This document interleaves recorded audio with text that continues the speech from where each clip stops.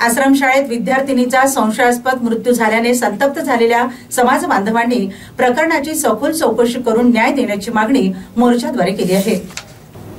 यवतमाळच्या कळंब येथील जीवनदीप आदिवासी आश्रमशाळेतील विद्यार्थिनी दीपाली कोमटी हिच्या संशयास्पद मृत्यू प्रकरणी आदिवासी समाज आक्रमक झालाय। आदिवासी समाजाने दीपालीला न्याय द्या अशी मागणी करीत कळंब तहसील कार्यालयावर मोर्चा काढला। 9वी मध्ये शिकणाऱ्या दीपालीची प्रकृती चिंताजनक झाली तरी शाळेकडून कुठलीही माहिती दिली गेली नाही। तिच्यावर तात्काळ उपचार झाले नसल्यामुळे तिचा मृत्यू झालाय। तक्रार करू नका यासाठी दबाव आणला गेला। या प्रकरणी पोलिसांनीही चौकशी केली नाही असा आरोप दीपालीच्या आईने केला आहे। तसेच आदिवासी विकास मंत्री अशोक उईके यांच्या मतदारसंघात ही घटना घडल्यानंतर ही कुठलीही कारवाई झाली नसल्याने आदिवासी समाजाने रोष व्यक्त केलाय।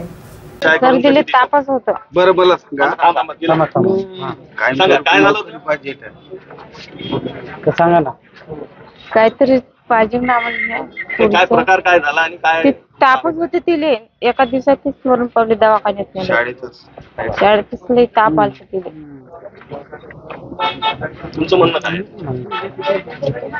आमचं म्हणणं काहीतरी तुमच्या मोबदला जास्त पाहिजे ना आम्हाला। दीपालीच्या मृत्यूसाठी कोण जबाबदार असं वाटतं तुम्हाला? शाळा शाळा काय झालं सांगा ते सगळं। नमस्कार, मी दिलीप गोविंदराव मलांडे, क्रांतीवीर श्यामादादा कोलाम संघटना कळंब तालुका उपाध्यक्ष।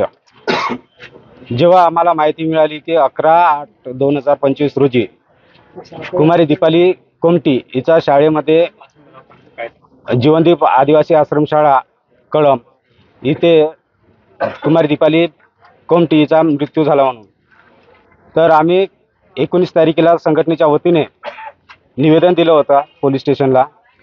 त्याच्यावर काही चौकशी झाली नाही। पुन्हा दुसऱ्या वेळेस गेलो तरी पण म्हणजे आम्हाला प्रतिसाद मिळतच नव्हता।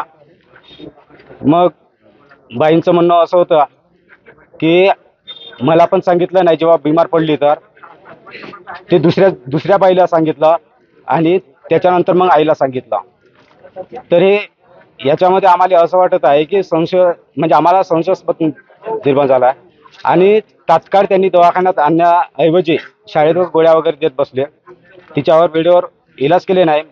हलगर्जीपणामुळे त्या मुलीचा मृत्यू झाला आहे असे आम्हाला वाटत आहे। आणि आमची संघटनेच्या वतीने आणि समाजाच्या वतीने एकच मागणी आहे की कुमारी दीपाली कोमटी हिला न्याय मिळाला पाहिजे आणि माननीय आमचे आदिवासी मंत्री साहेब आहेत यांच्याकडून एकच मागणी आहे की त्या बाईला कायमस्वरूपी करून घेतलं पाहिजे त्या शाळेत, एवढीच आमची संघटनेकडून मागणी आहे आणि तिला न्याय मिळाला। दिलीप गोविंदराव मलांडे।